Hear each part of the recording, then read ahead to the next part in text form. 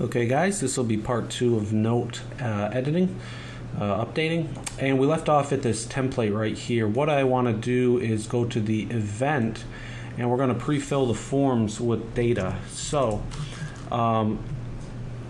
let's say we could actually copy this whole line of code here. Now let's make a note here to say the output is the template and we only want to pre-fill the data after the template's in the DOM, otherwise it won't work. So display data after the DOM is created. Let's call it the template. Okay, so we have the container, and what I want to do is .find and .title. Okay, and we're going to change the value of that. I'm going to duplicate this line, Control Shift down, and I'll call this one content. So we're going to need the content, so let's take a look at what our class names were. When I go to the note, we have a note title with an ID, we have a note content with an ID. Easy enough. So I'll say var title equals, and get rid of the obj. So note underscore title underscore note ID dot HTML, and I'll duplicate this one, call it content, and replace this with content. And then we can pass our variables in here, and I'm going to go ahead and test that out. Make sure you look at your code carefully with underscores and everything, because it's very sensitive. Don't forget your pound signs. I'll go ahead and refresh, and let's see, edit, and that fills that up nicely. Cancel, edit, cool. So what we want to do also, and not forget, is when I update this description, we want to update the hidden DOM element. So let's go to where they do the note, update note, and remember how we changed the HTML here? We also want to do that for the content. So I'll just duplicate the line and say content, content, and what that'll do is if I refresh the page, I say edit, jargon 2, fish fries 2, save, and I hit cancel, edit, whoops, edit, it has the 2 after it, so it's up to date. Okay, so next let's make it so when they click this button it shows the contents, and let's see what that's called right here, the ID of the note, and then we have the note title. Let's give it a class. I'll call it note toggle. Okay. And we'll go to event.js, and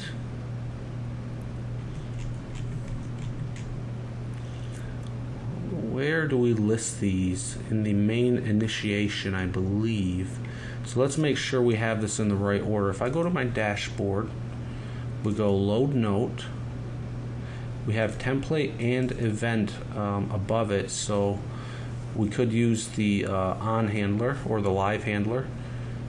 So I'll close this out. Too many files open makes someone go crazy. And we'll just make a method. So we're going to make a method. We'll just say toggle note. Okay. And I'll just go to the bottom and var toggle note equals function, and remember it was called note toggle, so dot note toggle. We're actually going to want to do the body on click because it's dynamically loaded. Dot on click function. Oops, got a little bit messy here. Forgot my parameter right here. Okay, so body on click note toggle. What happens? Well, let's first add an E here and do e.prevent default. Also, this has to be like that. And there. Okay, so note toggle is here, and when this is clicked, I want to show the note content. Let's give this a class of note content. Oops, it has a class over to the right already. Let me put this over to the left.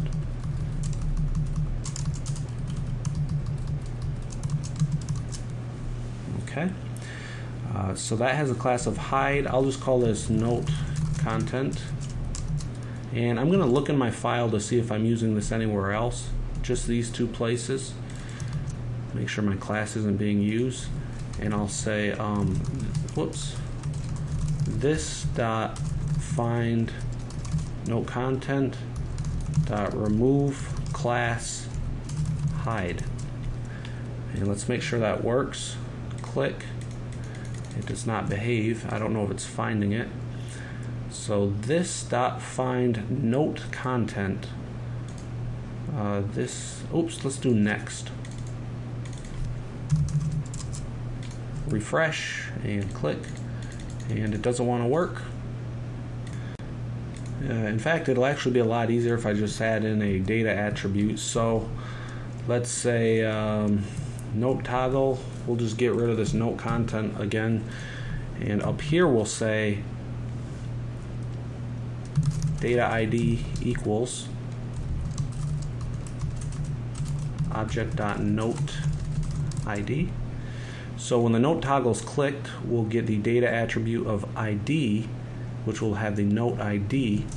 So this dot data ID var note ID equals this data ID. And then instead of selecting it this way, we will say we'll select this by the ID. So I'll say note content.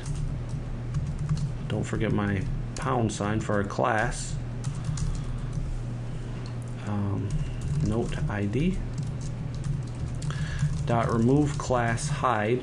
Let's check out what happens. Refresh, click, and there it is, there it is, there it is. Whoops, I'm clicking edit for those ones. Click, and that shows the description box. So what I want to do is, if it has the class, hide it, otherwise toggle it. So let's just do toggle class hide. Refresh, jargon, jargon, hey, hey. So now that toggles those classes. At this point we can give it a full run. Let's refresh, and I'll edit just this empty one and say dog, save, and it shows dog there. It shows ASDF under the form. I'll edit this one. I'll say pig, and this is a note. I'll just copy and paste that a few times and save it. Okay. Now, if it's successful, it might be wise to also hide the form. So let me hit cancel, make sure all that's there. Okay. So how about once they save it, we also hide the form? Under event. So if it's a success, under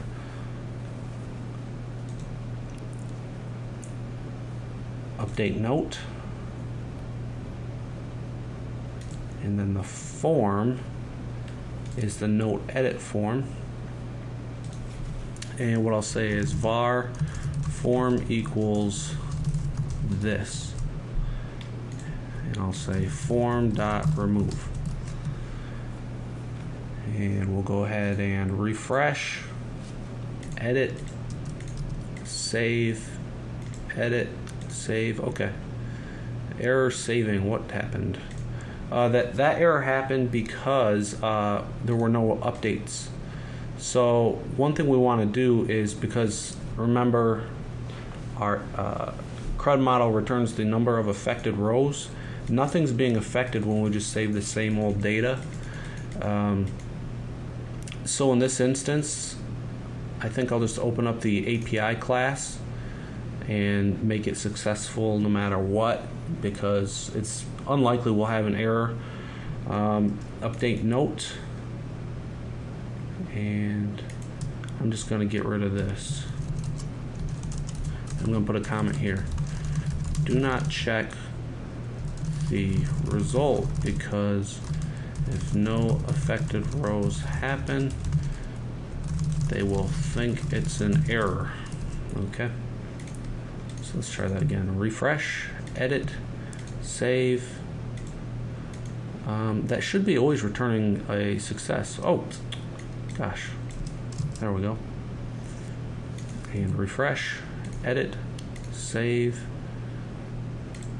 Okay, cool. I think that will do it for this for now.